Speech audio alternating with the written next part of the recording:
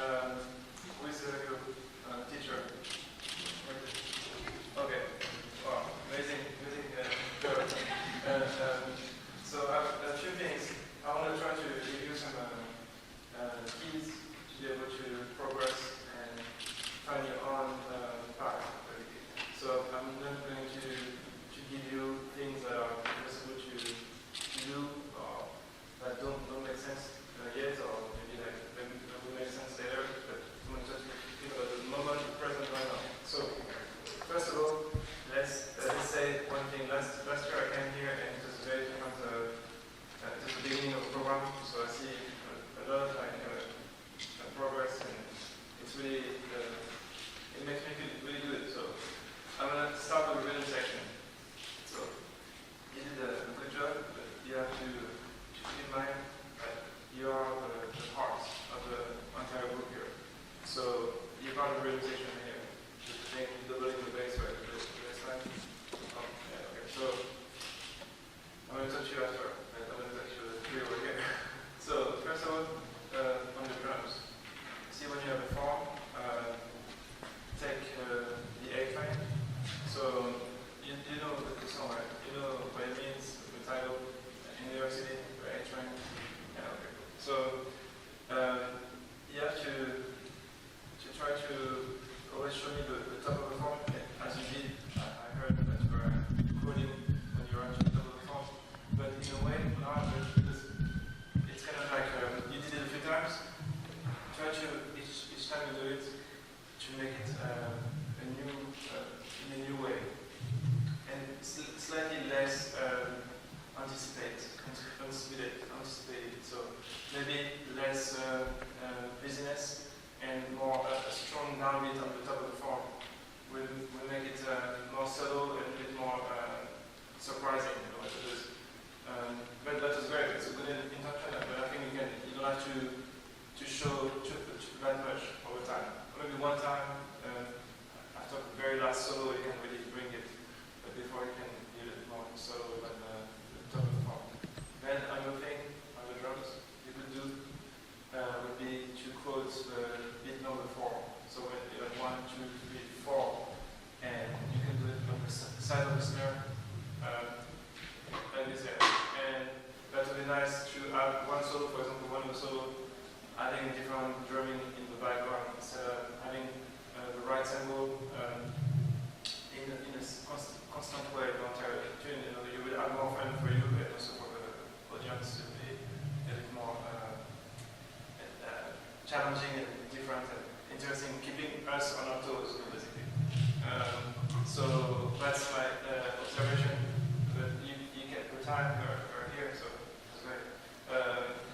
Now, when it comes to work with the drums and the bass, so I noticed that you are reading the bass line, which is I understand because everybody has a music stance, but I would really recommend for everybody here, including the student, to actually avoid music stance at all costs. So I rather hear mistakes and having no music stand, but adding the music stand and everything is so clean, but not leading in the same way, because you are really, I looked at all of you, you are all looking at your music like this, and it takes you away from the moment, basically. And the melody is very easy for you. You have good ears. You play classical music. You trained. You could. It's really psychological here. So if you remove the music stand, I bet you can remember the melody that you have to play. It's really repetitive. So it's the same thing. When it comes to solo, you will be a bit more free to also to train yourself to be without a net, because like having music sense almost like being always attached to something, and you want to be starting to work on this muscle, which is like the risk muscle, taking risk, being in the wild and not knowing what to do. And you're gonna have to find keys to make it work. So to go back to the bass. There's a few things in the technique, because we played very clean, you're in tune, which is beautiful. That's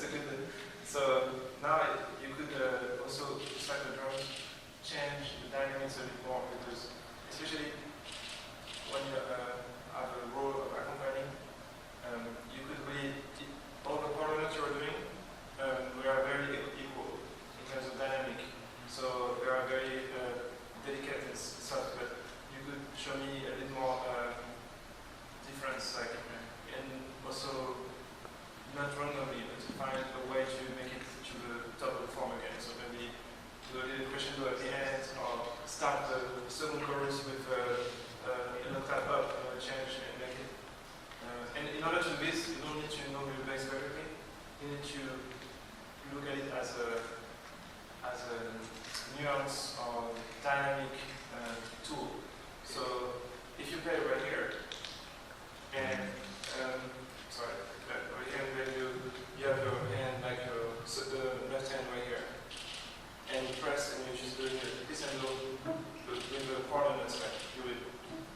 When you slightly you go back to that's like with each note, so it will be like I can show you if you want. Okay, so it'll be like something like it will be like.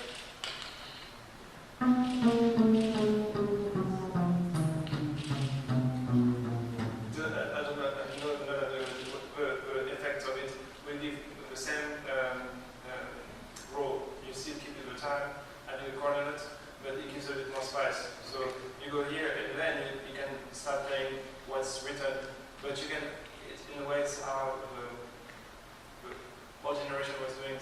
Most of the bass player back in the days, they didn't choose the bass. They did the bass because it's the only instrument that was left in the band, and most of the time, those bass players didn't know the bass, so they were just playing rhythm on the bass. So they were playing random thing, so by ear, I just like sliding my fingers. If you go back in the 20s, and so there's something in jazz with the bass that is very rhythmic, more than analytic.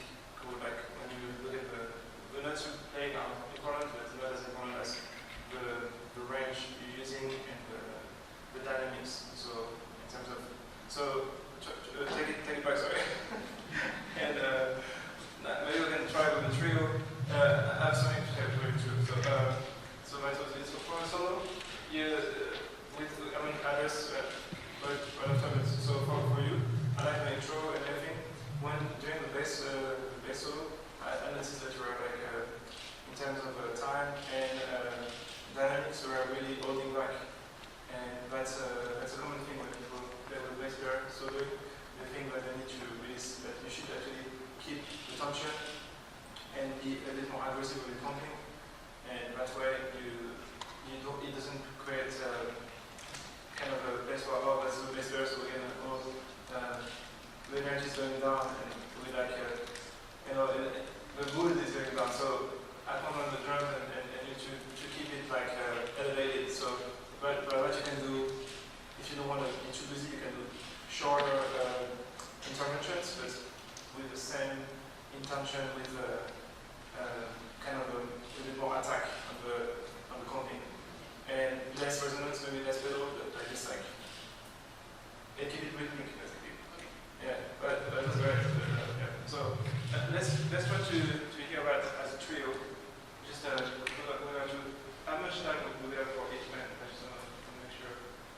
30 minutes. So that's long. Okay. I think I have a meeting tomorrow at 10 a.m. So it's good. We can stay all night. If you're good with this, so let's do the trio. Just the top of the tune. Let's take it like this. 1, 2,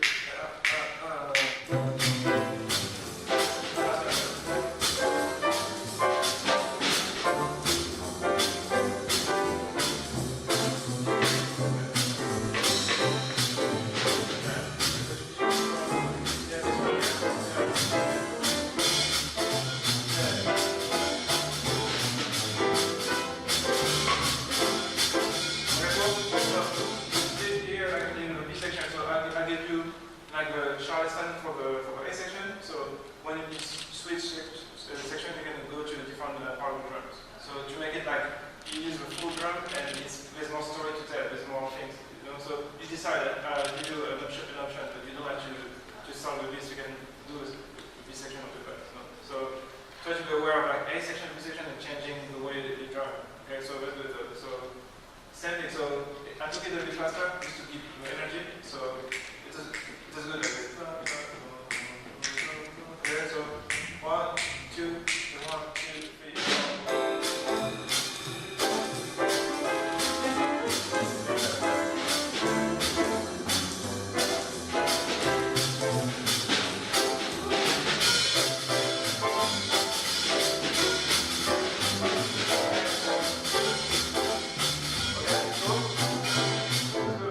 So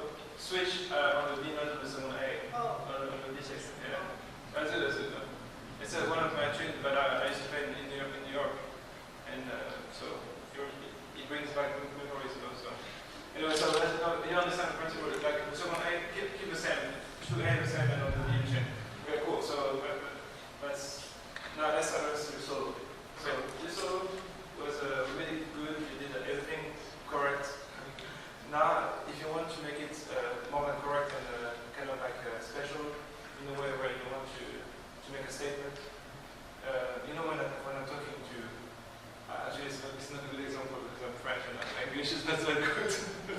But anyway, so when I'm talking, I say a phrase and then I let you understand my phrase. So it's the same thing when you play the solo. Try to make a beginning and end of the phrase and then give some space in between. So there's time for us to process what you play and for you also to just like reflect on what you play. So you don't have to play all the time. So can we take it from the solo and then so from the solo, just you can count.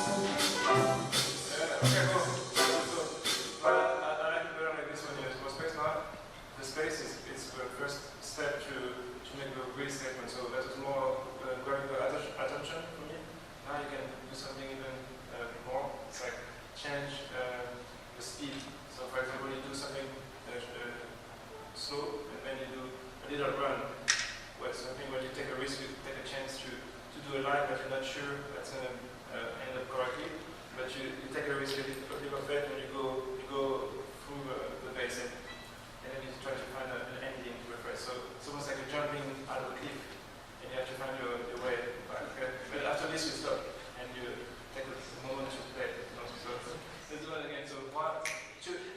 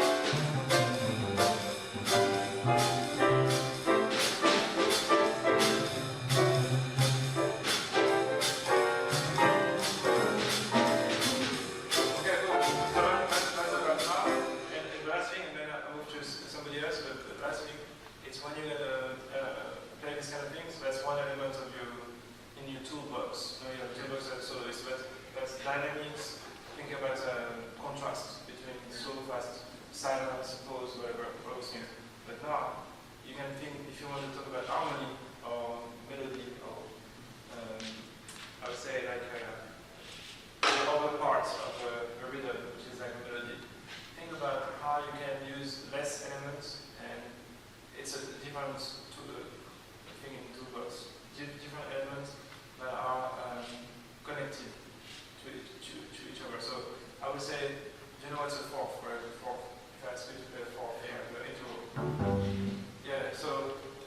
that from C. So if you do this, try to do because like you have the beginning here. You can see, try to be within the key and keep this motif, which is the fourth, as a rule. So all your phrases will be only one interval, the fourth. But you're gonna have to make it sound good, like the fourth. And here you're gonna have to change the signification of it. Yeah, and you don't have to start from the roots all the time. You can start from the fifth, sharp five. Okay, so that's what and then we'll be done. 1, 2, 1, 2, 3, 4.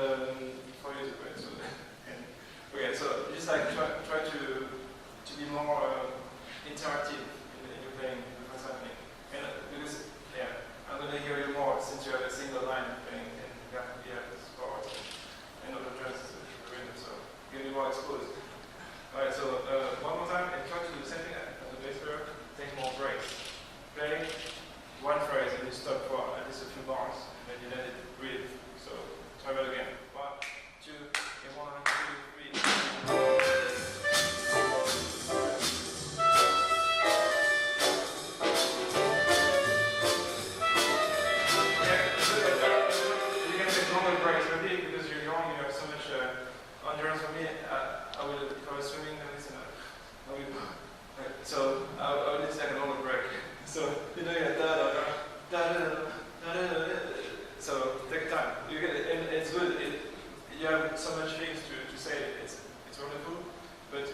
going to be more meaningful and more powerful if you really don't be afraid of the silence, basically. So try that again, sorry.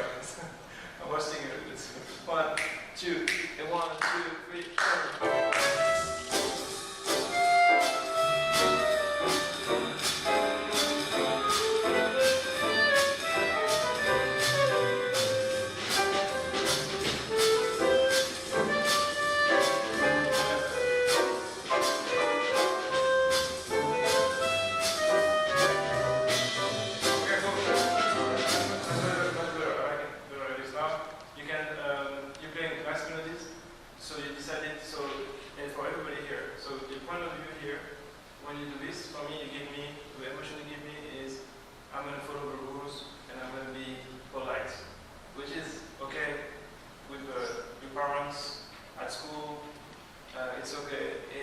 When you drive in Texas, I mean, I'm not sure about that, but it's okay. But what in music, when you hear, you need to what do you really want to say when you what do you play the clarinet and what do you want to do solo, but it's because you're exposed, you're doing solo, right? It's your moment. So it's not just being humble and being okay, I'm going to play my solo and I'm going to go home and I'm a nice person. No, it should be more like a spice. But I'm sure you do things that are not so polite sometimes. I'm sure. Like, I'm not. It's private. It's like with your friend outside of school. It's cool. But here you can bring it. It's like almost a secret weapon. You can bring all the things that are not polite, and you can bring them into your playing. Maybe a little bit more silly. You don't have to be so serious, I'm trying to say. Okay, so it means you could basically play with the sound like a kid would play with a toy, for example. So you have play a C natural. Okay, so is it a C natural? Oh, yeah. Concert. Yeah. Okay, so sometimes I practice pitch, so I don't know what's happening sometimes. So if you have this, you can do like so if you're a bit like this, like do like okay, that's an effect. And then if you upset, you're doing a C upset, C concert, C upset. Show me what is it. Upset? That's an upset. Like that loud. Yeah, loud. Well, I don't know what is upset for you. Okay, see. So now you're playing. Bring those elements when you play. Show me a perspective. Give me an angle. Don't just play the note. Give me an emotion. So is it sad? Is it going to be excited? Is it going to be mean? Is it going to be silly? Are you making a joke for your friends and you're trying to make people laugh? You can try things. And that's the best place to try on stage when you have a solo. So try that. It will make sense. If it doesn't make sense right now, it will make sense when you try. So give me just an emotion with your instrument. So sadness would be something a bit more lyrical with slower lines, and excited could be faster, and silly could be something like playing out of tune on purpose. No. Yeah, on clarinet, I say it's hard to do that. Okay, so there's a 1, 2, 3.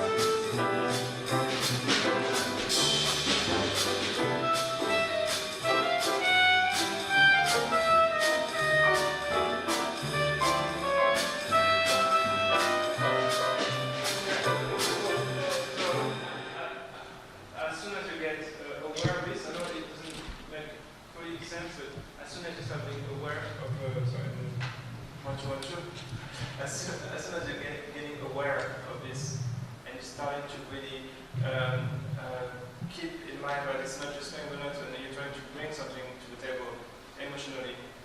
Is it like whatever it is? And sometimes it doesn't have to be so literal. You don't have to think about it in an intellectual way. Be like, okay, I'm going to be sad. I'm going to be. No, you can just be try to be in the moment and to channel how you feel. Right? It doesn't have to be fake. You don't have to fabricate it. You can just like try to bring your emotion at the moment, how you feel, by putting it into your playing. And it takes years to do that, but as soon as you start thinking how to do that, that's going to be the best tool to improvise, compose, even interpret classical music. It doesn't have to be jazz music, no. So if you do that, it's like it gives you like a little bit more depth to what you do. It's like it's less discipline. It becomes like a practice of self, almost like so. The music is connected to how you feel in a way. So you can use that as a fuel to bring into your artistry. So, like always, when you play something, try to know where you're at, like emotionally. Is it like I'm just playing, or am I actually trying to express myself in a certain way? So that's another goal. So yeah, it's a lot of information. Okay, so good job. Like when you take more breaks. So you did a solo too. Kind of. And it's still there. And you didn't do it solo. I didn't hear it, but you played the counterpoint melody, and you didn't do solo. So when and I regret it. I wish I really took a solo. So there are multiple occasions on this band where you could take a chance, even if you don't have a proper solo. So I'm not sure how to do that. So first of all, let's take the last form after all the solos. I think you have the last solo. Yeah. So after the last solo, you went back to melody, and I heard something that you can actually take a chance. And that's what I used to do when I was not improvising. When I was back in the days, I was playing in orchestras and things like this. I was always improvising my parts. People didn't know I was in the back orchestra, so people didn't know. But I was like, it was fun. Like, so try to let's do like the last form after your solo. So we are after your solo, we're doing the end. The last let's do it.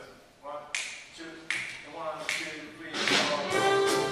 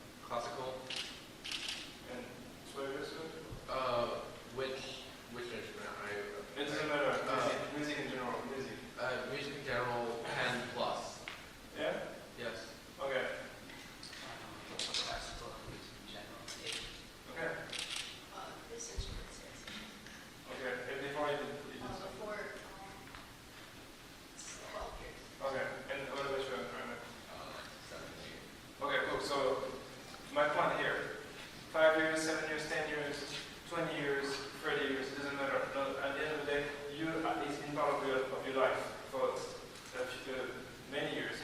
So it's you have to understand something like when you do something and you have a professor or teacher, it's good to follow what they tell you. But when you are on the bandstand like this, it's time to disregard everything that they told you and try to explore, because there's no risk here. The worst you can get is like getting frustrated because you're going to make a big mistake, and then the teacher is going to be maybe mad at you if they're trying to control.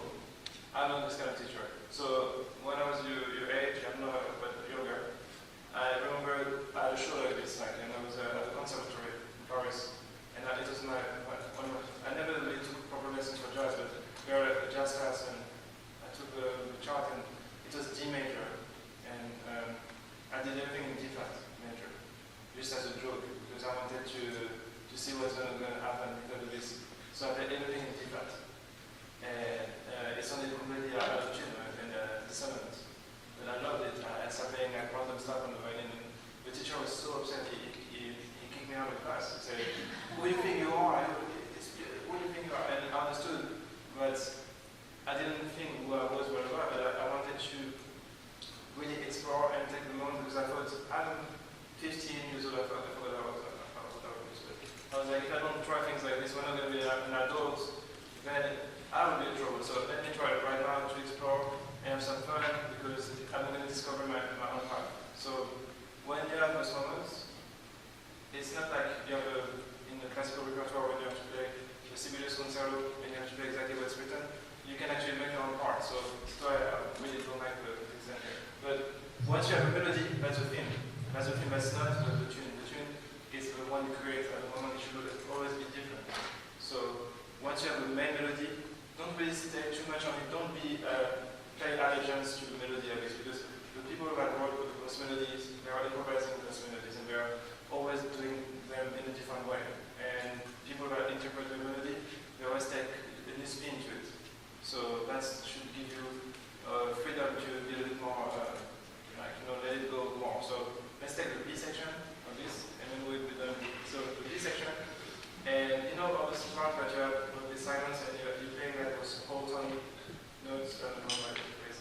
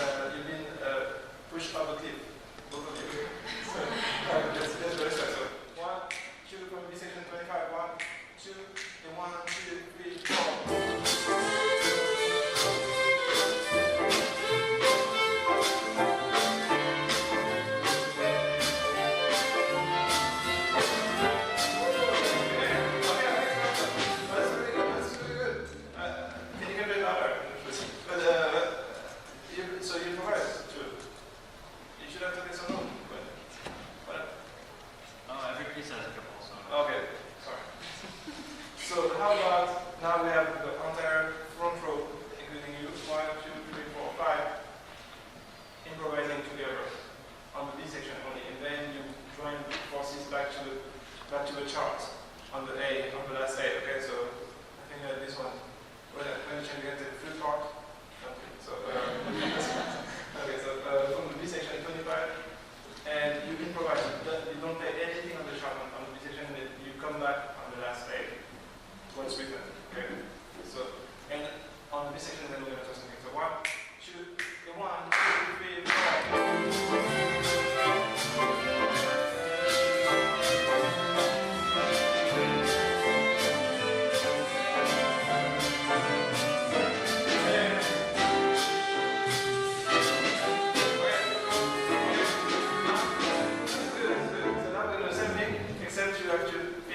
Somebody is doing busy stuff, like you want busy stuff, you can do longer notes. You can do maybe higher up. I try to not be in the same place, basically. So if you play low, you play high, you play in the middle, you play in very high, like with a piccolo. Do you have a piccolo? Oh, it's okay. And you can play more tremolos. You can try to listen to what's happening and change. Okay? And now from rhythm section or B section, you're gonna cut. You're gonna make a break. So it's like I want you to go to the B section without doing the first. B section 25, 1, 2, 1, 2, 3, 4. Like just not here, like more like of a yeah, exactly with a snare. That's it. And then you let it like silence, okay? 1, and then you come back on the next 2 bars. 1, 2, 1, 2, 3, 4. Yeah, it's okay. It's gonna. And it's on top.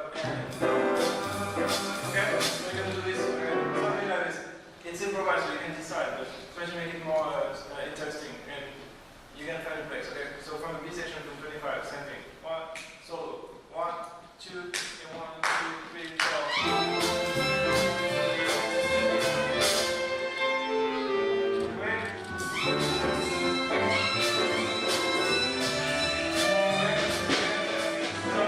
Don't be scared when the silence arrives. Keep going. Keep being even more stronger, okay?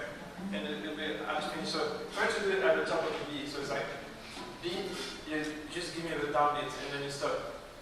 So it's like 1, 2, 3, 4. 1, 2, 3, 4. Exactly. And on the piano you can be like anticipating.